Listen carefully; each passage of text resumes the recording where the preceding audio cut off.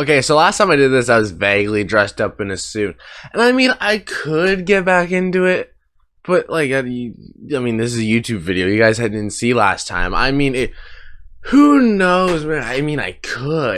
Contracts. We're talking contracts, and it's how they work in sports. God, I hate suits. This is like way too small for me. What is contract law?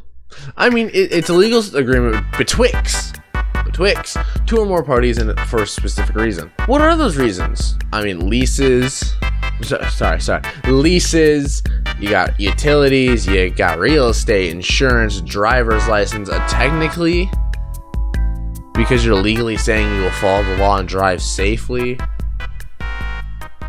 Credit cards, you get the idea. You get the idea. Now, there are two ways to agree to sign a contract. The legal document, where you just sit down, pen in hand, paper in front of your face, and you sign it with your signature and date of birth and initial here, and here. Or you got the, yeah, Jim, I'll work at your company way, where you just say or verbally agree to the contract. This usually leads to one of the written contracts afterwards. You might be asking, how does it relate to sports? Well, in sports, you need a contract for any player to play the sport. Also, as well, to represent any team at any levels within the sport. Okay, cool. They're similar. Unlike a lease, you can trade your players. How would you trade a house? Huh. That's another question for another day. When you trade a player, the contract that the player already had goes with them as well. The already existing contract will be paid out for the rest of the years remaining by the new team. Now, there's a way both teams can pay the contract. It's self-explanatory. The team that has a player can offer to pay or retain a certain percentage of the contract. Now, what are the biggest contracts in sports? As of February 2021, these are the largest contracts in sports. Lionel Messi, $673 million USD for 4 years. Patrick Mahomes, $503 million USD for 12 years. Mike Trout, $426.5 million USD per 12 years. Canelo Alvarez, $365 million USD for 5 years and 11 fight contract. And Mookie Betts, $365 million USD for 12 years. Okay, cool. Big money, but can we just talk about Lionel Messi's contract? Almost $7 million for 4 years. For one 9-month season, because soccer only lasts 9 months, he is receiving over $168 million.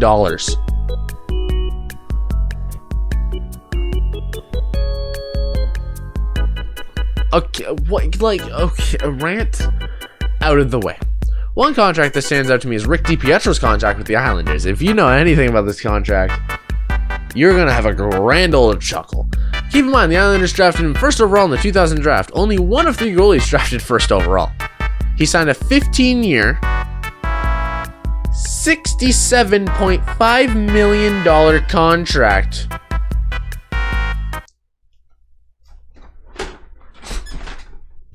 How can somebody get that much money for being a goalie for that long? Okay. Yay! Might as well quit, become a hockey player. I have zero idea what the Islanders were thinking, signing a goalie for 15 years, but that's not their only joke. You know, they booed out John Tavares for serving captain for however many years he played for the team. That's I mean, like, let's be honest. Rick DiPietro was getting paid up until 2020, 2021. Signed the contract 2006, and he retired playing in 2013. Not 15 years.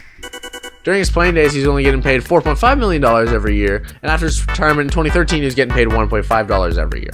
$1.5 million, not dollars. He's getting paid $1.50 a year. That's more than 15 years. But keep in mind, Toronto Maple Leafs forward Austin Matthews signed a 5-year, $11 million contract in 2019. Cool. This year, as of this script being written, it was finished in April-ish. I say ish. early May, end of April. 60 goals. One of 3 players in the salary cap era to score 60 goals. And he's still receiving less than a damn goalie. All-time Leafs score. All-time Leafs score per season. One of only 3 to score 60, and he's receiving that much less than Rick DiPietro. Who would have thought? I mean, you can talk about. I mean, if you're comparing Matthews' contract to somebody in the 60s, I mean, back then they would be lucky enough to get paid a contract worth, 10 grand. I mean, the average NHL player now makes about $2 million, at least in the last couple years. 2020, 2021 was at least $2 million. And also, the fact that it's brought down that much is the league minimum of $700,000. I can't speak. $700,000. Still making more than the 60s. Now, how can a contract be broken? Contracts can be Contracts can be broken by teams refusing to pay the agent or the player. You also have non-payment disputes between clubs and the sponsors and canceling athletes' contracts. That's just a whole thing of you want one team to sponsor one person, the sponsor wants to sponsor the team that doesn't want the sponsor. It's a whole debacle. I mean, that's kind of the basics of contracts. You can get into how they work, which you sign a paper, you read the words, and the words become it. But we're talking about sports here. And honestly, could have chosen a worse topic. I'm not even gonna lie. Like, you Google sports contracts, the first thing to come up is NFL contracts for some reason. Like, I'm trying to learn. Like, I cool NFL. Whoop-de-frickin-do. I don't care. I'm trying to learn about how they're made. This is an assignment from my school. I'm trying to learn about everything. And all of a sudden, hippity-hoppity-hoo. No contracts for you.